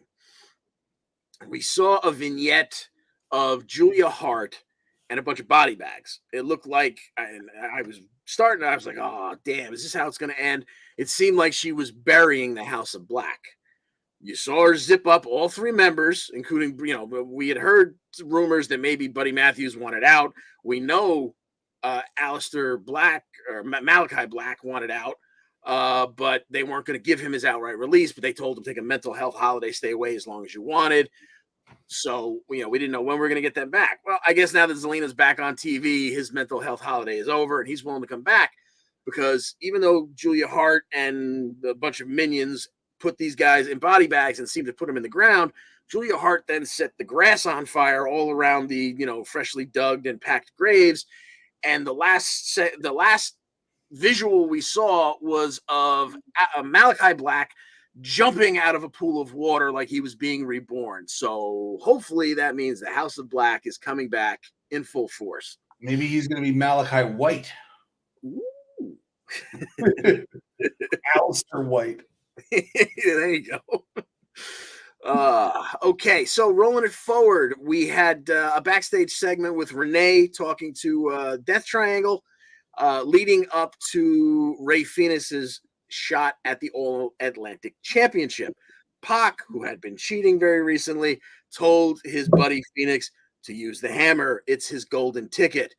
Rolling it forward to that match, John Smith, did he take that advice? Didn't seem to be that way. We got Cassidy versus Fénix versus Luchasaurus. Obviously, there's no DQs in a three-way match like this. We start the match off by getting Luchasaurus out of the way so the two smaller guys can go at it for a little while. Then Luchasaurus comes back in and starts doing single moves to two guys at once. Just some powerhouse stuff where he's picking them both up at the same time and slamming them and all sorts of crap. Then he gets double teamed on for a little while again, and then he deposits who was it? He deposits Orange Cassidy or Rey Fénix. I think he deposits Rey Fénix off to the side, and he's got Orange Cassidy going up the ramp. Yes. And he's gonna choke slam him, it seems, into the covered up tables off the side of the stage, and then he gets hit in the back by Jungle Boy with a chair coming because they were right by the tunnel, the good guy tunnel. He should have done it by the bad guy tunnel. He would have gotten the choke slam off before it. Stupid. Yeah, stupid. The Christian Cage is supposed to teach him these things. Exactly. Jungle Boy then runs back up the tunnel, but only to just come running back out to do a crossbody onto Luchasaurus through the tables that were meant for Orange Cassidy. Orange gets back down to the ring, and him and Rey Fénix are about to go back in, and Pac comes out and hands the hammer to Rey Fénix, who tosses it back to Pac because he wants to be legit and win it the right way. Steps right into an orange punch, Superman punch for the 1, 2, 3. And Orange Cassidy is still your champion. And then some music hits that I guess none of us really recognize because it's a New Japan guy. His name is, I mean, he's been around, right? Shibata. He was on an AEW pay-per-view once, I think, right? Yeah. I think he made an appearance at what the hell did they call that? Forbidden Door. Okay, so yeah, he comes out and he's got the best friends with him and one other guy, I forget. Rocky Romero. Rocky Romero, thank you. That's the name I like. Gun to my head, I'm dead. Yeah, so Pac obviously, runs away because he doesn't want any part of that, and he gets in the ring and hands Orange Cassidy a contract, which I guess is for what is this? North All Atlantic Championship title match. Yeah, so we're gonna get that. Last week was in Atlantic City, and because it was the All Atlantic Championship, they were calling it the All Atlantic City Dream Match. Cassidy could choose his dream opponent, and wouldn't you know it, someone walked through the Forbidden Door and just showed up right there at the end of his match. So they sign that, roll it forward to Friday, and we have that match between Cassidy and Katsuyori Shibata, who has a big backstory about how he had a terrible concussion that, like, almost the brain swelling almost took his life. So him coming back and actually getting in the ring is a big, big story if you follow him. Obviously, me, and I'm pretty sure yourself, if you gave me 30 minutes to look at him, I know I had seen him before, but I would have never come up with his name. But apparently it was a big match, and everyone was very excited about it. It was for the All Atlantic Championship. It was in the beautiful and scenic Atlantic City, New Jersey. And these two had a great, great back and forth 11-minute match. But of course, it took like 3 orange punches, 2 of them like right in a row to put the man down. But he did. Orange Cassidy retained. Afterwards, Shibata offered a handshake. And Orange Cassidy not only accepted the handshake, but in the ultimate show of respect, bestowed his sunglasses upon Shibata. The ultimate show of respect. This character, it's like I can't even talk about this character and not goof around, because that's what I do with the character. Oh God. So we also had another championship match, the Ring of Honor Television Championship. That was Samoa Joe and where the hell? That's the second one that I gave to you. Okay. So yes, we had Samoa Joe, and I lost my place again. There it is. Brian Cage. I knew it was another big man. Jesus. They were going at it for the Ring of Honor TV Championship. There's no Ian Riccaboni. I'll get to the reason later, but Bobby Cruise is there to do the introductions, to give it that Ring of Honor feel. Cage wants no part of the Code of Honor, so for fans of Ring of Honor, that's a big deal. That's the way that one starts. Cage gets Joe up into a fireman's carry. Joe escapes down his back, locks in the coquina clutch, and when Cage bends down to try and kind of get him back up again, kind of like reach for a high crotch, went between his legs again. Now Joe was fully on his back, and he was able to pull him back down to the mat, got the submission win.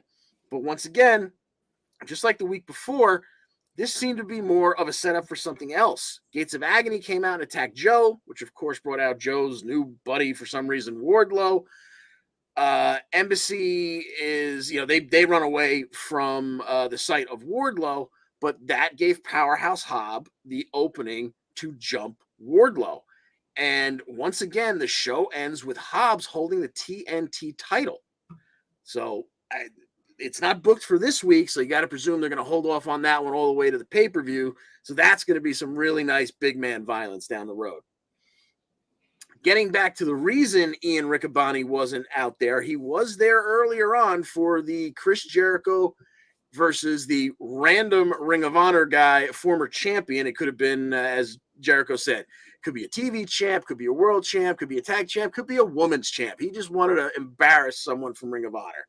Well, to give you an idea of how things are going backstage at AEW, the person to answer that challenge was none other than Boom Boom Colt Cabana. A lot of people read a lot into that, and I'm sure most of it is true. But Cabana, a really good match. Jericho would have to escape the Billy Goat's curse. Cabana followed it quickly with that diving Superman pin that I love when he does it, because all he's really doing is holding a man down with his own ankles. But for some reason, it got over in Ring of Honor. I wasn't watching back then. I don't know why. It's just hilarious to me. But Jake Hager reaches in because now Colt Cabana is up on his palms to hold that pinning combination. Jake Hager just reaches in and pulls his wrists. He falls on his face. That lets Jericho out, and eventually Jericho didn't even waste a Judas effect on this fella, this former Ring of Honor challenge. He got this one done with a code breaker. 1, 2, 3, Jericho retains.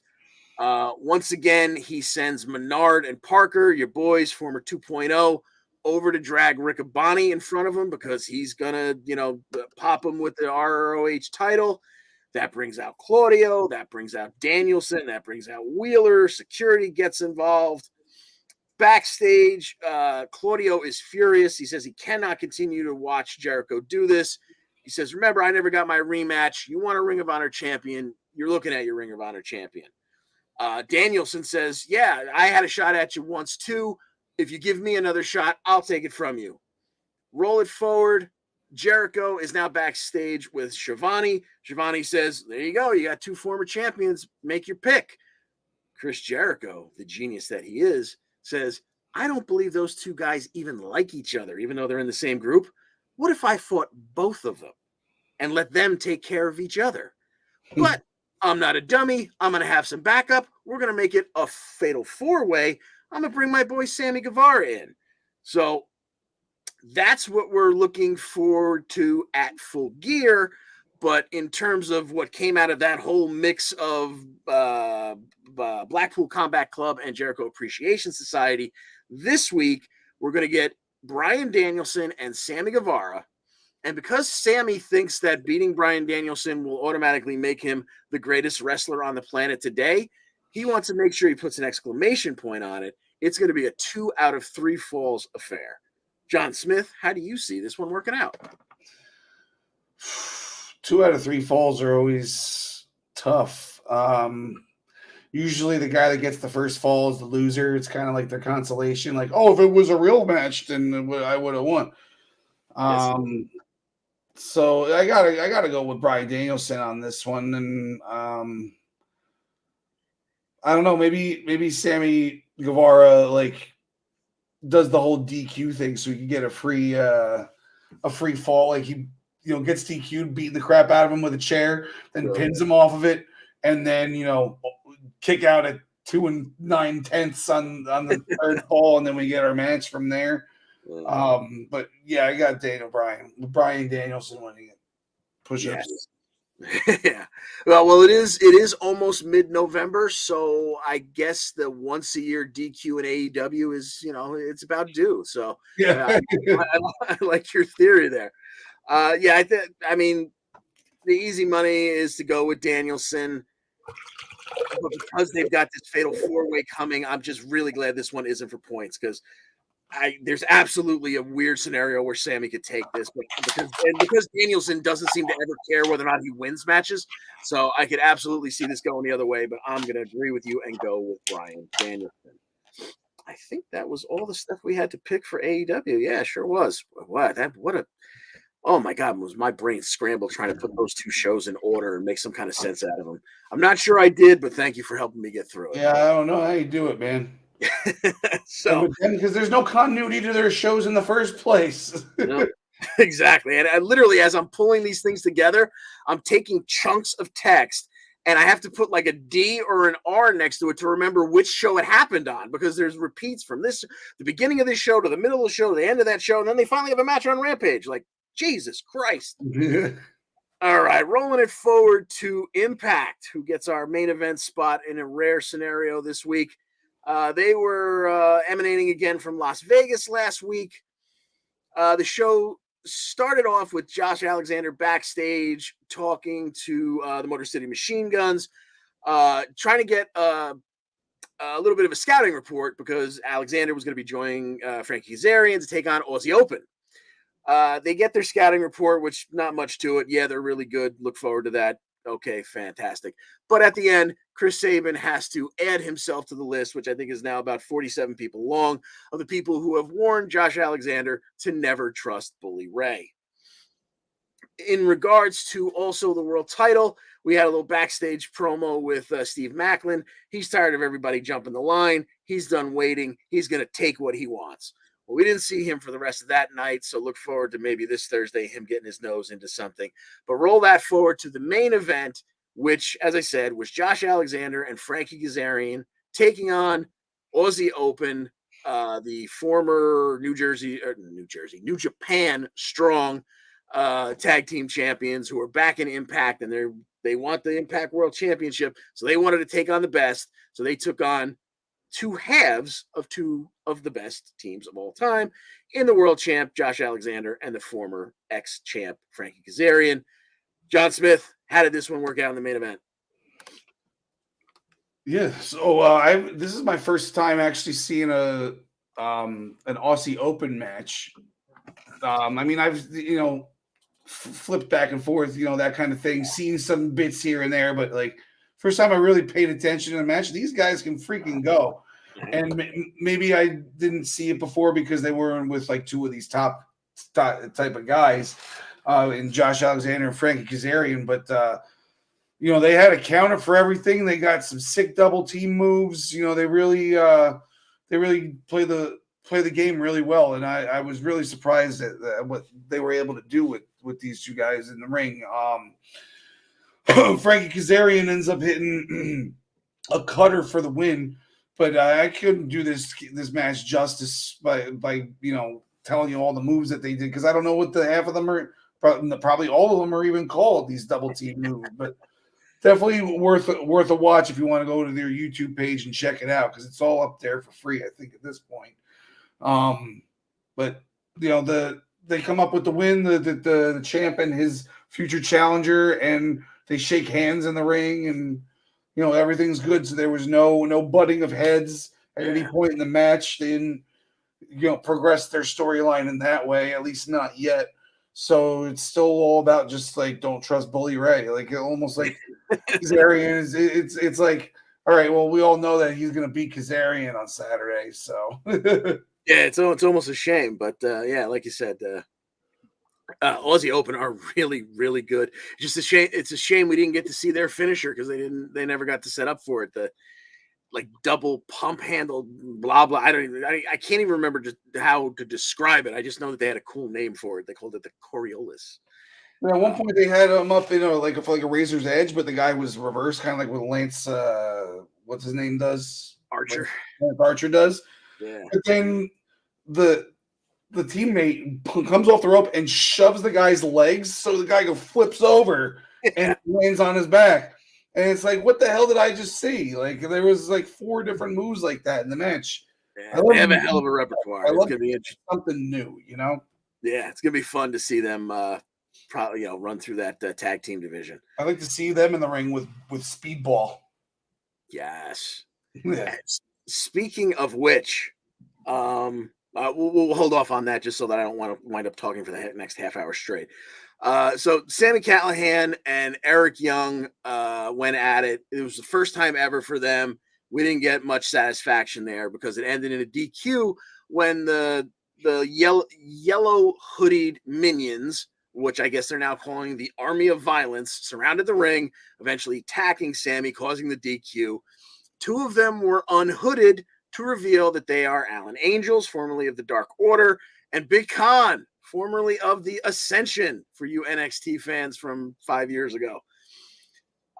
They took off their hoodies. They actually had official Violent by Design t-shirts on, so it seems like they're still the idiots in the yellow hoodies are still there, but it seems like these 2 are actually in the group, and we'll be able to probably see them wrestle coming up. They beat the living hell out of Sami Callihan, ripped his head open. More of that to come. Ace Austin had a match against Moose. Moose got distracted when Bully Ray came down to ringside. They've been barking at each other back and forth ever since Bully Ray showed back up. And those few extra seconds allowed Ace Austin to sidestep Moose's spear. And as Moose bounced himself off the turnbuckle pad, Ace Austin hit a schoolboy flip back into a bridge for cha-ching, the roll-up victory. And that will bring us forward to Bully Ray, just because he happened to be at ringside, and this is my excuse to talk about him. This week, there's another one of those, don't, stress your brain too much. He'll be taking on Zicky Dice. Who do you got, John Smith? Bully Ray and Zicky Dice. Bully Ray and Zicky Dice. Okay. Definitely going with Bully Ray here. Isn't Zicky Dice an AEW name? No, he's the schmo that's been hanging out with Swingman, the Swinger. Oh, okay. Yeah, I got you. Yeah, well, this will just be good because hopefully the Swingman makes an appearance here.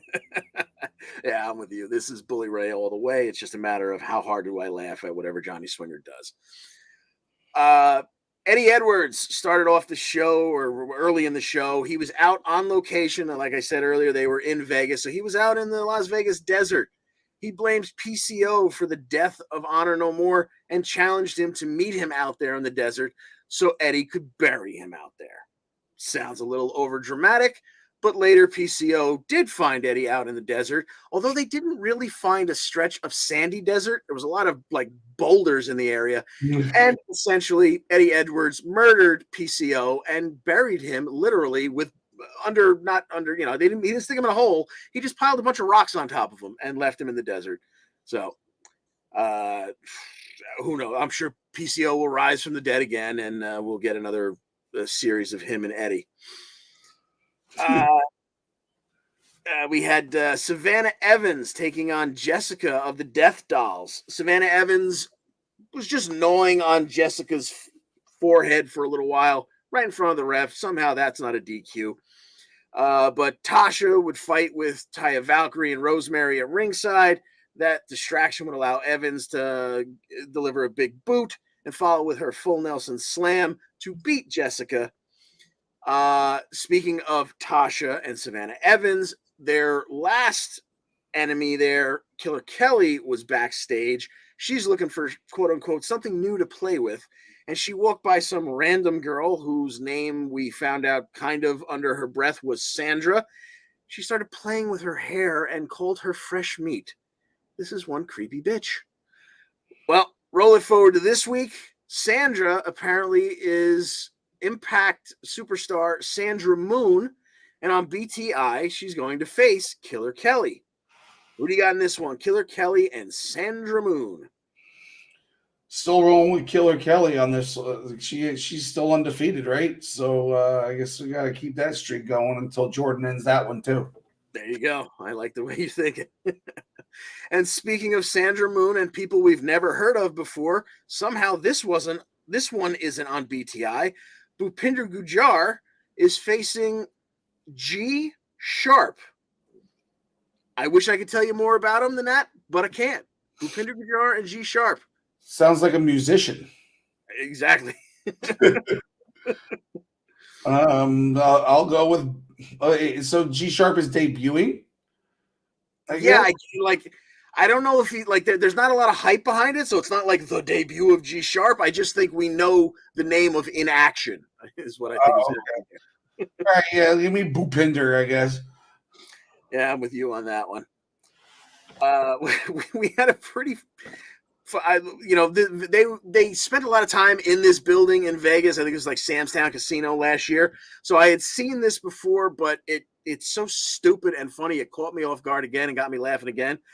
The major players are backstage and they're talking to Myers and Cardona. They're talking about how they just can't wait to be tag champs. And they're standing in an area which I guess is next to the kitchen, because next to them is an industrial freezer. The 5-foot door opens and Joe Hendry pops out.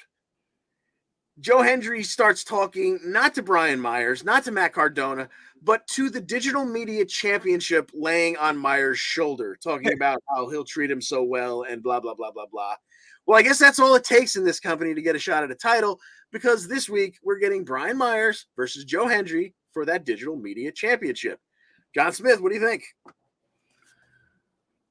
I'm going to say the champ retains here, but I'm interested to see where this goes. I want to see Joe Hendry do something. I like the gimmick. I don't know even like him as a wrestler yet. I just like the gimmick, so I want to see where it goes. You know. You know what?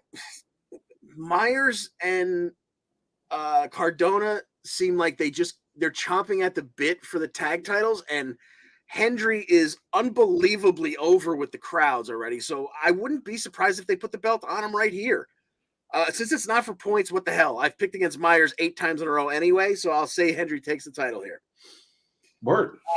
Last week on BTI, we got an X Division tournament match where PJ Black, returning to the United States, we haven't seen him here in a while, to face Yuya Uemura. We were off last week, so we didn't get to pick this one, and I absolutely would have gotten this one wrong because PJ Black got Uemura stretched across his back and hit the move he calls Black Diamond, which is a modified crucifix bomb that I don't know how it didn't break Uemura's neck. So he'll be moving on the left-hand side of the bracket. On the right-hand side of the bracket, last week we had a match between your boy, Ballbag Mike Bailey, and Kenny King. How'd that one work out? Well, much differently than the first match between these two that we saw about a month ago when Honor No More was still intact and he had Marie Kanellis cheating for him and he actually won the belt, but not really. This was more of a spirited contest, although Kenny King still was the heel in the whole situation. At the beginning of the match, they did their whole back and forth where then they have a standoff, but instead of a standoff, which is always lame because it happens all the time, they both caught each other's legs. And they were just standing there face to face, just holding each other's legs.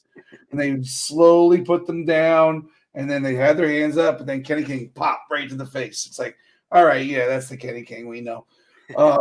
This match went inside and outside. We got nice little tiger driver on the inside, and I think on the ramp as well. I think that one might have gotten reversed, actually. I'm not sure. Bailey hit his tornado kicked into the corner, but it didn't lead into the final what is it? The weapon, the Ultimate weapon. Ultimate weapon. I was going to call it the final weapon. And a nice single crab by Kenny King, but then it gets reversed. Bailey turns back around, kicks Kenny in the face a couple times. King looks like he was about to do some sort of slingshot, but Bailey twists it around, grabs the ankles, and we got ourselves a Raw roll-up for Mike Bailey on Impact. Cha-ching. All right, so that's going to lead us to this week where we're going to get the finals from the right side of the bracket where Trey Miguel takes on Mike Bailey tonight, with the winner moving forward to Overdrive for the X Division Championship.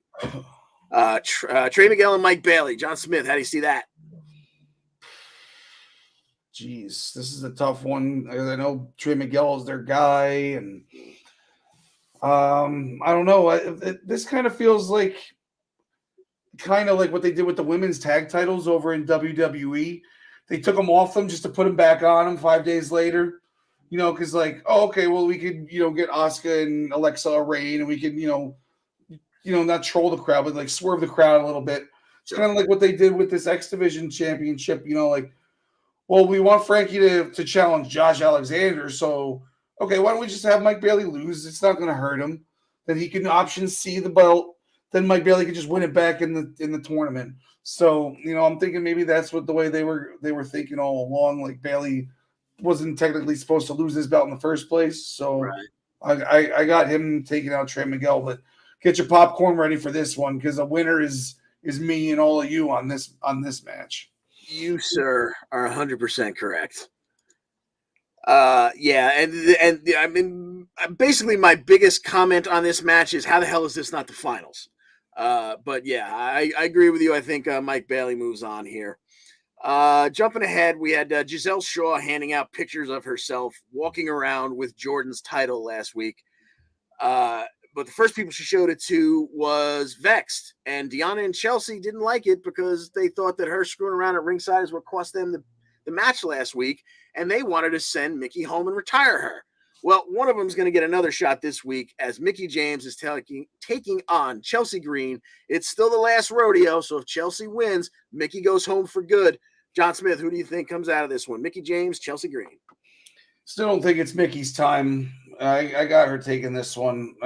I can't really think. I think she ends up winning the belt at some point. I mean, although we can't really, bet against Jordan after what she did to Masha Slamovich, but like, it seems like that's because she's still really good in the ring and she can still talk. So I don't see why her career should even end in the first place. So I'm thinking that's going to be the end game. Is she's the champ for a while at some point. Okay. I like the way you're thinking there. In terms of just this week, though, I 100% agree with you that Mickie James moves on through this one. Probably Deanna tries to get involved, and the next thing we see is Mickie James versus Deanna because she'll obviously be at ringside with Chelsea. But Chelsea banned from ringside or something. Exactly. So definitely I see Mickie James moving on. And once again, out of that same storyline, like I said, Giselle was walking around with pictures of herself with the belt, which pissed Jordan off and said, she said, if you want to come try and get this belt, let's do it next week. So this is going to be our last pick of the week. The Knockouts Championship is on the line. Jordan Grace taking on Giselle Shaw. What say you, John Smith? Oh, it's Jordan Grace. No, you don't even have to think about this one. It's going to take a while. It's probably going to take Mickie James, like I was just saying, to get that belt off of her. Yep. I think you are 100% correct. And that's going to wrap it up for us tonight. Let's do the thing that we do here. There we go. Oh man, I had Michelangelo and King Kong Bundy laying down this whole time. They were having gay relations. They was having relations. Okay, so here we go. Here are your Raw roll-ups for the week. If I can find them, that's the start. And here are our standings after the pay-per-view. I swear it wasn't because I've fallen out of second place into a distant third that I forgot to put this one up. But anyway, Brian Roy is still on top. Karl has leapfrogged me, and the rest of us are in a traffic jam for not first place. The Raw roll-ups from this past week. Ladies and gentlemen, Brock Lesnar is now and forever forward on the Raw roll-up list. And that takes us for the week. AEW's lead is down to 4 over Raw, with Impact not terribly far behind. Xavier Woods still leads most wins.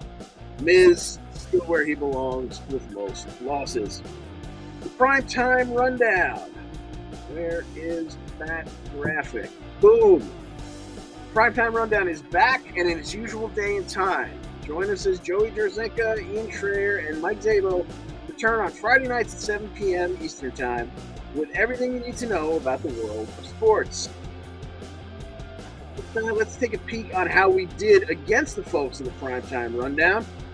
And we had a good week, but kind of, sort of, so did they. We picked up 1 in the loss column. It's not looking tremendous. But it's only halfway through. That's true. 9 weeks over, 9 weeks left. So all we got to do is do to them what they did to us for the first half. That's right. Yeah, there's a long way to go, and it's going to get real tough to pick teams at this point because a lot of teams got burned up. Yeah, I think Al started 0-5. I started 1-4. We're getting there. Yeah. Okay, do you have an interest in becoming a sports reporter? You want to be asking high-profile coaches and players questions in person? Are you a college student looking to break into sports media industry and looking to write about your favorite team? The Eastern Observer is looking for interested candidates to join the family for college credit. Look no further, aspiring writers, social media specialists, content creators, etc. You can inquire, by emailing eosports3@gmail. We're looking forward to having you join the Eastern Observer family. And the Black Cats NYC, they are the official band of the Eastern Observer. Wherever you get your music, you can get their album, Free Cake. It's out now. Play loud. As always, the Essential Wrestling Podcast is sponsored by ProWrestlingPickup.com, the internet leader in sports entertainment pickup tools. Join us in the EWP public pool. Play against us, or create a private pool with you and your friends. PWP.com, play against your friends, play against the universe, and you know the rest. That's going to do it for us this week. Join us again next week for episode 126 at 5 p.m. on all these viewing options where you are consuming us right now. And while you're there, watching and listening, please make sure you like this episode and subscribe to the Eastern Observer to make sure you get our updates on all our shows and news articles. Because as Al loves to remind us, it is indeed all about the algorithm. John Smith and King Kong Bundy. Have we missed anything? You have any parting words in general? I saw a picture of King Kong Bundy with hair the other day. It was really weird. I saw that one too. How weird. Yeah, because it looked like it looked really good. Like, why'd you even shave your head in the first place? You had a full head of hair. Like, you went with the look. I mean, this is an iconic look, so I'm not, playing Monday morning quarterback for the guy or anything. But you look pretty dapper. Exactly. Like, that was definitely a promoter getting in his ear because he had no reason. He didn't look to be losing any of it. Yeah. All right, that's going to do it for the week. Alexa Bliss, we love you. Larry Steve, always in our hearts. And hey, jeez, did I really lose this one again? What, Zaya? Yeah, where did Zaya Brookside go? I don't know. Maybe I accidentally erased her. Anyway, my joke was going to be that the two people on the other team that took the Bills and the Packers. There you go. Yeah. All right, there it is. That's the end of our show. Thanks for joining us, and as always, we wish you the best in all your future endeavors. Peace.